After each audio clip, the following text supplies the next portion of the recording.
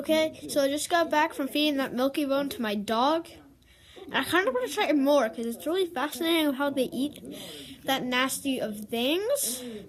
So I got some dog food. Put it in a little cup. So let's eat this. So there are 3 different colors. There are yellow triangles, some reddish circle thingy, and brown squares. Let's try the brown one because black people. And my dog's brown. So yeah. I'm not racist though. I hate Trump. So yeah.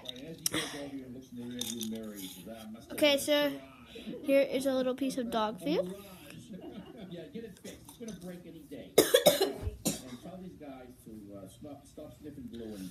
Okay. No. Okay. That is like 100 times worse than the dog treat.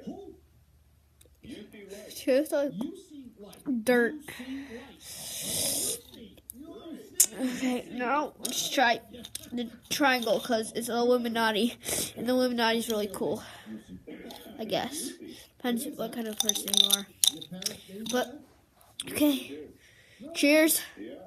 What is the national origin of that name? Finlandish, I think. Finlandish. That was named after a guy from Finland.